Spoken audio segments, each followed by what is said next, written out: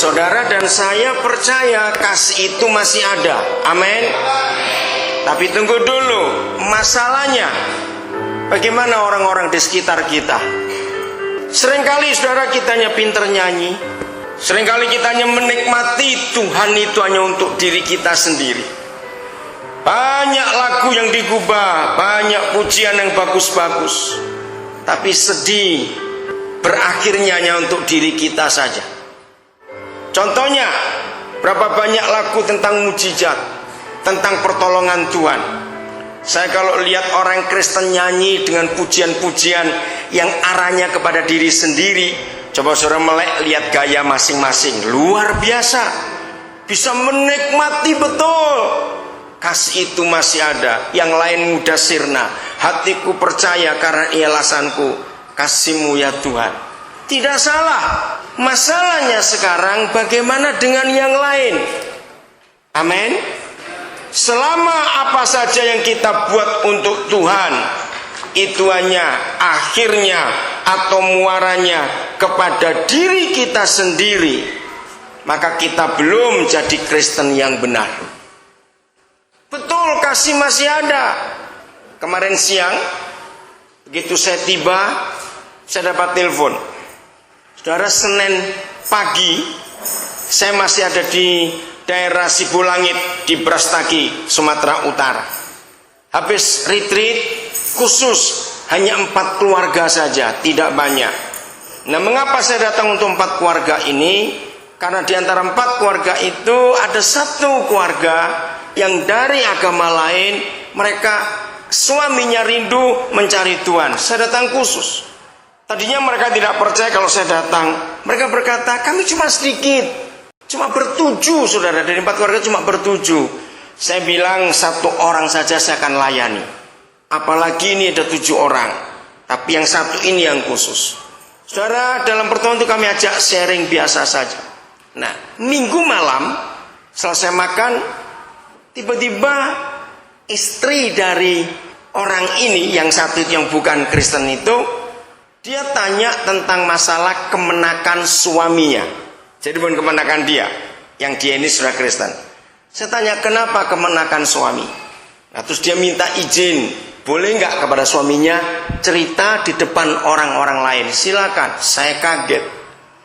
Ternyata kemenakan si suami ini sudah kurang lebih 20 tahun ada di rumah sakit jiwa, saudara. Nah, anak ini anak perempuan, itu anak pungut, anak angkat. Nah, lebih tragisnya lagi, ternyata ayahnya itu adalah kakak kandung dari suami yang tanya tadi. Ngerti ya maksudnya? Supaya nggak bingung ini. Nah, jadi ayah ibunya sudah meninggal. Nah, anak ini di rumah sakit jiwa. Saya kaget dengar cerita itu. Lalu saya tanya, masalahnya kenapa? Berapa hari yang lalu saya mengunjungi dia, si istri ini. Jadi bukan tante langsung ya, dari pihak suami. Tiba-tiba anak itu minta bahwa saya pulang, jangan di sini. Nah, ketika saya dengar itu, si istri ini cerita, hati saya nggak tahan. Tapi saya nggak punya hak. Saya ikut suami, dan suami masih punya orang tua, jadi mama mantunya. Apa yang harus saya buat? Karena pihak rumah sakit berkata, kalau dia keluar, maka nggak boleh masuk lagi. Nah, padahal keluarganya pun sudah nggak bisa terima ini.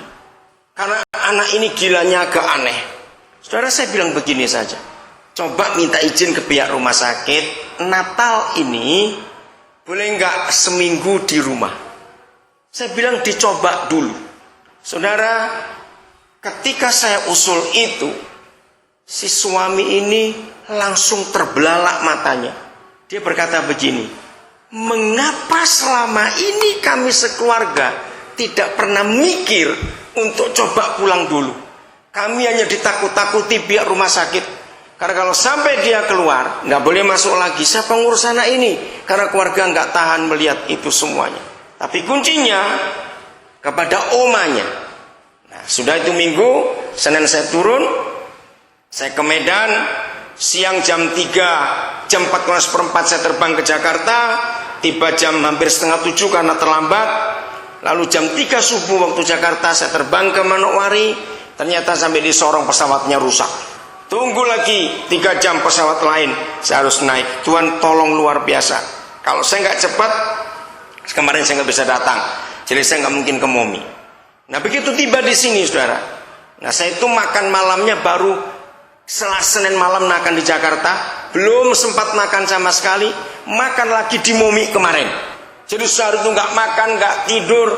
Perjalanan lagi jauh ke sana. Tapi tetap sukacita. Nah waktu tiba sebentar, kan baru ada jaringan telepon.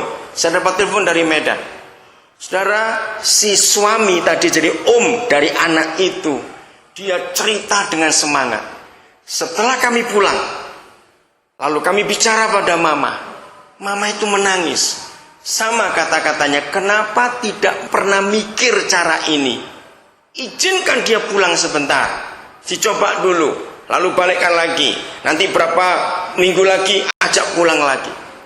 Saudara, kemarin pertanyaannya masih sama. Bagaimana Pak Pendeta bisa mikir seperti itu? Kan harusnya itu gampang. Kenapa dipersulit? Saudara, saya mau katakan kepada saudara, kalau hanya kita yang percaya kasih itu masih ada, tapi kita nggak pernah bagi pada orang lain, kita jahat sekali. Katakan amin. Kalau nggak pernah berbagi kasih, kita ini jahat. Dengarkan, satu-satunya buku di dunia ini yang pernah mendefinisikan apa itu kasih, itu cuma Alkitab kita. Saudara harus tahu 1 Korintus 13. Ya, saya ulangi, yang belum tahu catat ayat itu. 1 Korintus 13 adalah satu-satunya tulisan di dunia ini. Bayangkan, satu-satunya tulisan di dunia ini yang memberi definisi apa kasih itu. Kalau cinta banyak saudara. Buku tentang cinta, wah ada jutaan. Lagu-lagu tentang cinta ada banyak di dunia ini. Mau versi apa saja, mau aliran irama apa saja, tentang cinta banyak.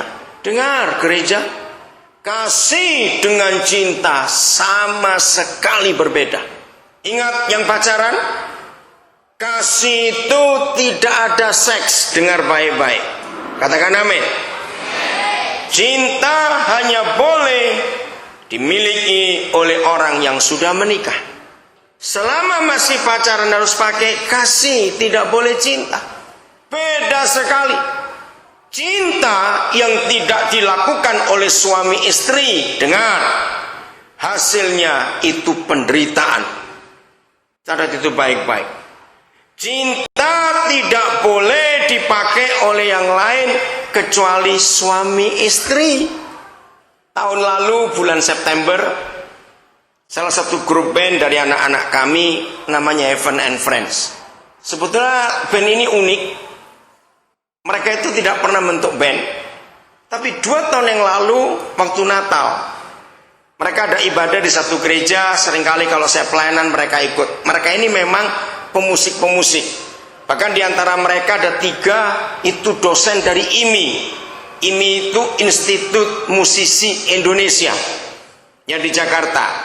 Nah, jadi karena mereka anak-anak kami, kalau pas saya di Jakarta ada khotbah, mereka itu minta, boleh ikut, ayo silakan. Jadi mereka itu nggak punya band, tapi seneng barengan. Nah, itu Natal di satu gereja, mereka diundang, lalu ditanya, grupnya namanya apa? Memang nggak pernah punya nama. Vokalisnya satu namanya Steven, panggilannya Evan. Nah, terus nyeletuk salah satu di antara grup itu, Evan and Friends, gitu aja. Karena memang nggak punya nama. Lalu WL-nya rupanya kurang dengar. WL berkata, kita akan mendengar kesaksian dari anak-anak Pak Daniel, grup Heaven and Friend. Lu kok jadi Heaven and Friend? Padahal namanya itu Evan. Ya udah. Lah sejak itu mereka punya nama Heaven and Friend. Nah terus di antara mereka itu banyak menggubah lagu karena memang mereka dosen-dosen musik, ngerti musik. Terus lagu-lagu mereka mulai dikenal banyak orang. Nah tahun lalu, akhir tahun lalu 2008, mereka itu diminta, kenapa kalian nggak buat rekaman? Nah, salah satu lagu mereka dari 10 lagu itu, judulnya Cinta Harus Memiliki.